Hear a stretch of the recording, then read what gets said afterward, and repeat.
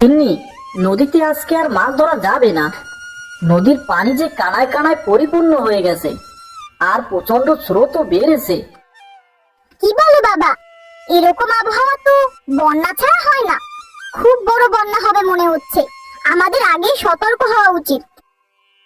ঘরেও যে কিছুই নেই, কটা চাল ছিল তাও উনুনে বসিয়ে দিলাম। কাল কি রান্না করব তাই জানি না। বন্যা হলে কি করব আমরা? আজকের দিনটা যেভাবে হোক চালিয়ে যাও, কালকে যেভাবে হোক কিছু একটা করব। এই বিপদের সময় আমাদের ভেঙে পড়লে চলবে না, আমাদের আরো শক্ত হতে হবে। উপরওয়ালা হয়তো আমাদের পছন্দ করেন না, না হলে কি এত বিপদ আমাদের দেবেন? আকাশের অবস্থা ভালো ঠেকছে না। চলো ঘরের ভিতরে যাই।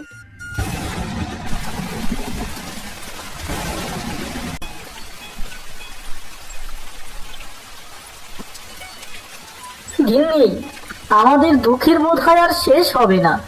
জমিতে যে ফসল ছিল সবই যে পানির ভেতরে তলিয়ে নষ্ট হয়ে যাচ্ছে, একটা ফসলও ভালো নেই।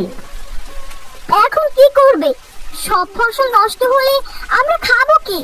সামনের দিনগুলো আমরা কিভাবে কাটাবো? ও উপরওয়ালা, এই ছিল আমাদের কপালে। উপরওয়ালা যেমন বিপদ দিয়েছে, আবার এই বিপদ থেকে তিনিই উদ্ধার করবে। আমাদের শুধু ধৈর্য আর বিশ্বাস রাখতে হবে। তাই যেন হয় মা তিতলি, তাই যেন হয়। এখন কি রান্না করব? ঘরে রান্না করার মতো তো কিছুই নেই। আজ রান্না না করলে না খেয়েই থাকতে হবে। আমি না হয় আমার ভাইয়ের কাছে একবার গিয়ে দেখি, যদি কিছু টাকা ধার দেয় তাহলে তো আর বাজার নিয়ে চিন্তা করতে হবে না। এই বিপদের সময় আপন মানুষের কেউ পাশে দাঁড়ায় না, কিন্তু তোমার যে ভাই, সে মনে হয় না টাকা দিবে। তাও একবার গিয়ে দেখি, যদি টাকা কিছু দেয় তাহলে তো আমাদের আর এতটা কষ্ট করতে হবে না।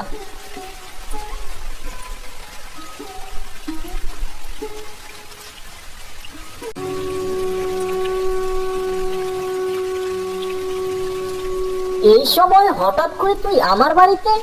তা কি মনে করে হারু? দেখেও তো কেমন চিন্তিত দেখাচ্ছে তোকে। তোমার ভাই প্রয়োজন ছাড়া আমাদের বাড়িতে আসে নাকি? দেখো, কি আবার প্রয়োজনে এসেছে। গরিব আত্মীয় স্বজন থাকলে যা হয় আর। আসলে আমার বন্যায় সব ফসল যে পানির নিচে তলিয়ে গেছে, এখন সব ফসলই তো নষ্ট। এদিকে আমার হাতেও কোনো টাকা করে নেই, তাই আসছিলাম, যদি কিছু টাকা ধার দিতে সময় মতো আবার ফেরত দিয়ে দিতাম।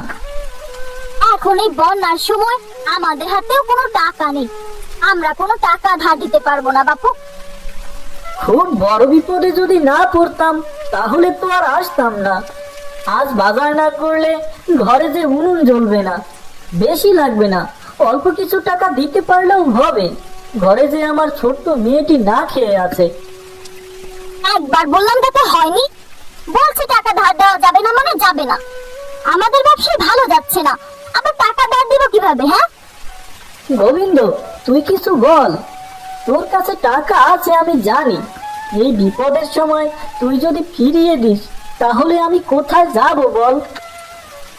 আমি আর কি বলবো, তুই তো জানিস গিন্নির উপরে কথা বলতে পারি না আমি।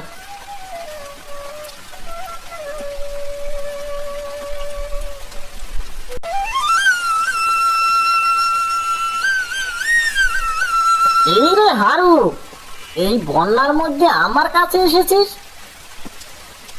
মোড়ল বাবু, এই বন্যায় আমার সব ফসল যে পানির নিচে তলিয়ে নষ্ট হয়ে গেছে, ঘরেও কোনো খাবার নেই, তাই আপনার কাছে আসছি। যদি কিছু টাকা ধার দিতেন তাহলে ঘরে উনুন জ্বলতো।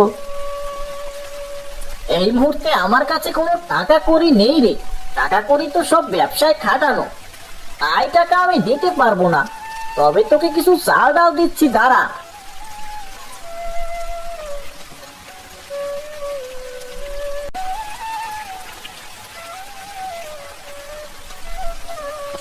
উপরওয়ালা আপনার মঙ্গল করুক। আপনি না থাকলে আমরা যে কোথায় যেতাম। আপনি পুরো গ্রামটাকে আগলে রেখেছেন। বিপদে পাশে দাঁড়ানো তো মানুষত্বের প্রকাশ। আমার সামর্থ্য আছে তাই আমি পাশে দাঁড়ানোর চেষ্টা করি, এই আর কি। ধন্যবাদ মোড়ল বাবু, এই বিপদের সময় আপনি আমার পাশে দাঁড়িয়েছেন। সারা জীবন আপনার কাছে কৃতজ্ঞ থাকবো আমি। চাল ডাল না হয় পেলাম, কিন্তু এভাবে আর কতদিন? কিছুদিন পরেই তো সব ফুরিয়ে যাবে, তখন কি করব? সেটাই তো এখন চিন্তা। এদিকে সব ফসল যে নষ্ট হয়ে গেছে, বুঝতে পারছি না এখন আমাদের কি করা দরকার। বাবা, আমাদের এমন কিছু করতে হবে যেন আমরা এই পানির মধ্যেও চাষ করতে পারি। পানির মধ্যে তো কোনো ফসলই হয় না মা তিতলি, তাই তো বন্যার মধ্যে কেউ চাষ করে না। যদি চাষ করা যেত তাহলে তো সবাই করতো। পানির মধ্যে চাষ করা যায় না এটা সত্য, কিন্তু পানির উপরে তো চাষ করা যায় নাকি? আমরা পানির উপরে চাষ করব। কি বলছিস বোকাবে? আমাকে একটু বুঝিয়ে বল তো, এই বন্যায় আবার পানির উপরে কিভাবে চাষ করব আমরা? আচ্ছা শোনো তাহলে।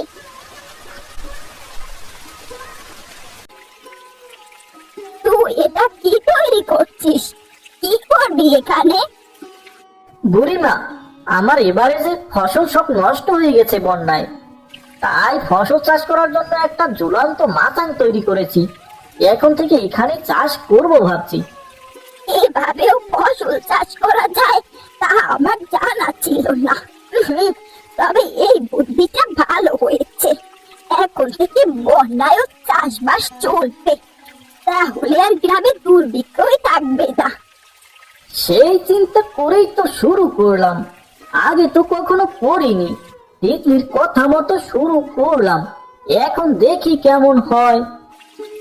তুই তো ভালো কিছুই করার চেষ্টা করছিস, কিন্তু গ্রামের মানুষ সেটা বুঝবে না। তোকে নিয়ে আরো উল্টো পাল্টা কথা ছড়াবে। কে কি বলবে সেটা ভেবে বসে থাকলে তো কাজ হবে না, চেষ্টা করতেই হবে। একবার যখন শুরু করেছি, সাফল্য এখান থেকে আনতেই হবে আমাকে। তোমার ভাই এগুলো কি শুরু করেছে? সে নাকি ঝুলন্ত চাষ করবে। গ্রামের লোকজন কানাঘুষা করছে, সবাই বলছে তোমার ভাই নাকি পাগল। তুমি তো আর একা শুনছো না, আমিও তো শুনছি। বাজারে গেলে সবাই আমাকে নিয়ে হাসাহাসি করে, চুপি চুপি কানা খোসা করে। মুখ লুকিয়ে তো বাজারে যেতে হয় আমাকে।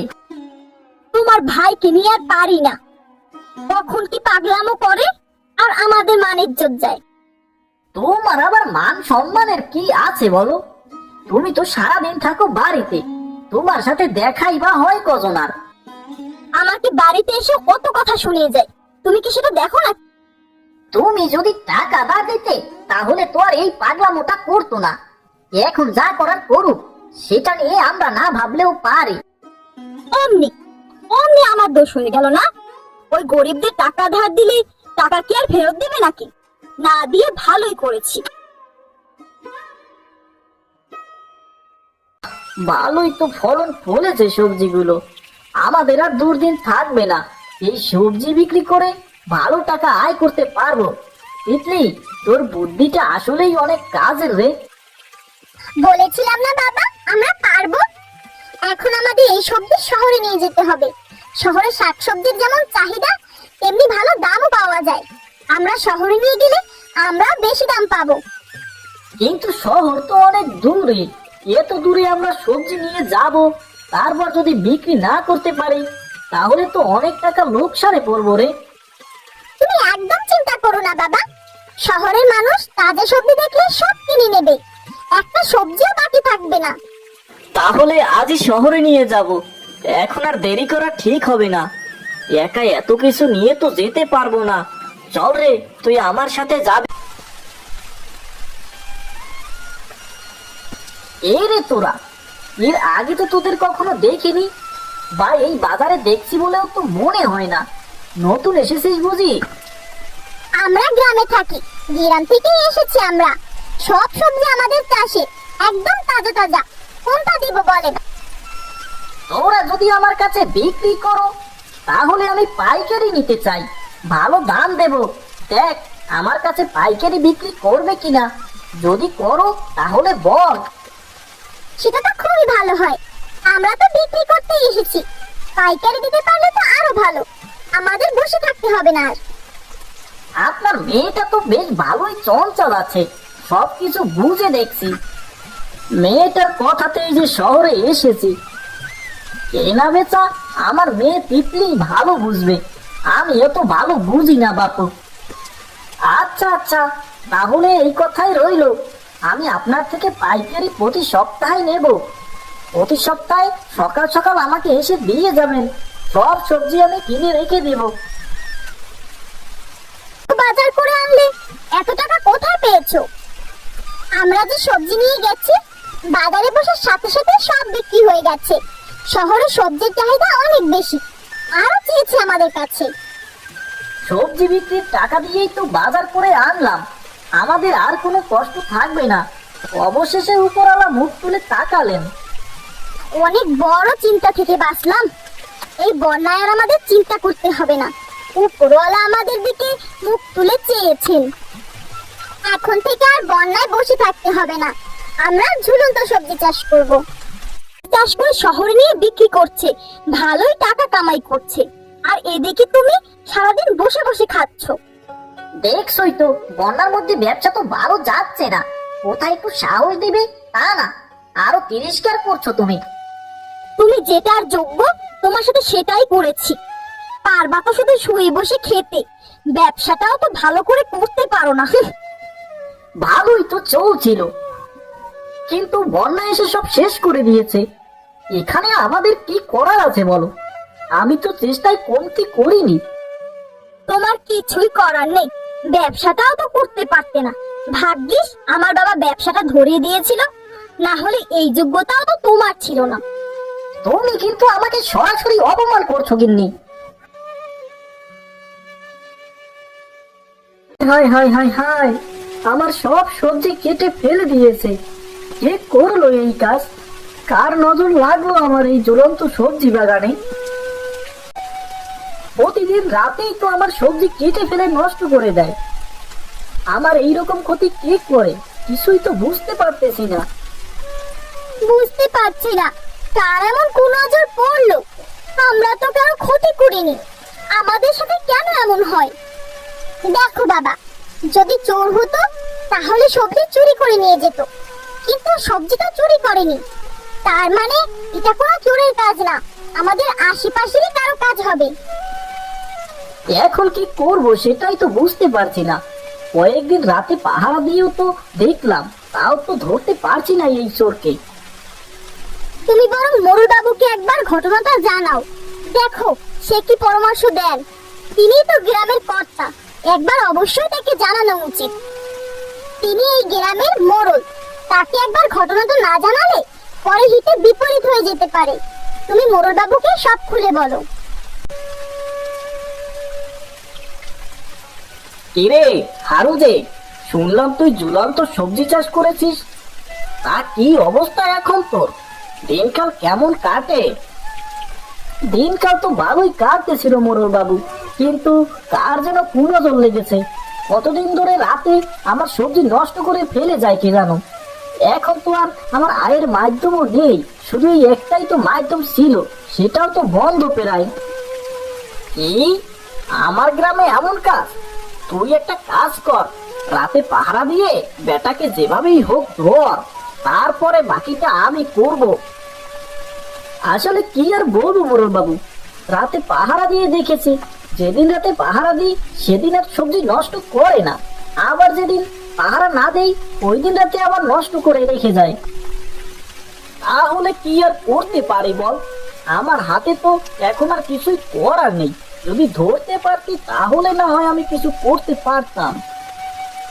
আমি শুধু আপনাকে জানাতে এসেছি মোরল বাবু, আর যদি আপনি কোনো পরামর্শ দিতে পারেন তাহলে তো ভালোই হয়। আপনি গ্রামের অভিজ্ঞ মানুষ, একটা পরামর্শ দিলে বেটাকে হয়তো ধরতে পারবো। তুই আর কয়টা দিন কষ্ট করে চুপি চুপি পাহারা দে, একদিন না একদিন ঠিকই তো ধরা পড়বে।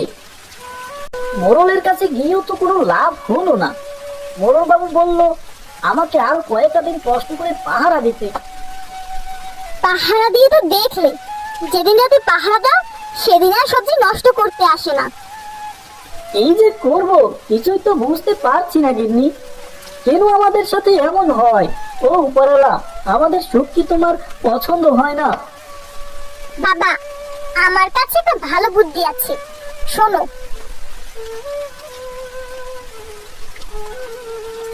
এতে কি কোনো কাজ হবে?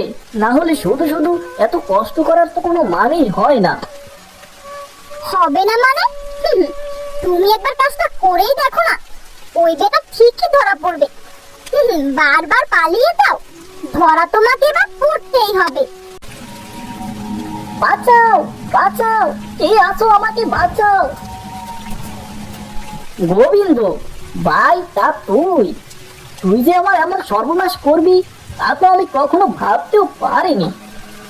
যাদের বন্ধু ভাবতাম তারাই এখন দেখছি আমাদের এ কিনা এত বড় ক্ষতি করেছে তোমারই আপন ভাই, এ আমি কি দেখছি? তোর এমনটা করার কি দরকার ছিল বল? তুই যদি আমাকে বলতি তাহলে তো তুই আর আমি একসাথেই সবজি চাষ করে বিক্রি করতে পারতাম। আমার ভুল হয়ে গেছে। আসলে এই বন্যায় আমার ব্যবসাটা ভালো যাচ্ছে না, লোকসানে টানাটানি হচ্ছে। আর এদিকে আমার ভাই সে কিনা এত বড় লোক হয়ে যাচ্ছে, তাই হিংসের বশে আমি এমনটা করেছি। আমি আর কখনো করব না। তাই বলে এমন জঘন্য কাজ করার আগে একটা বারও তোমার বিবেকে বাধা দিল না? আমার ভুল হয়ে গেছে, আমি আর কখনো এমনটা করব না।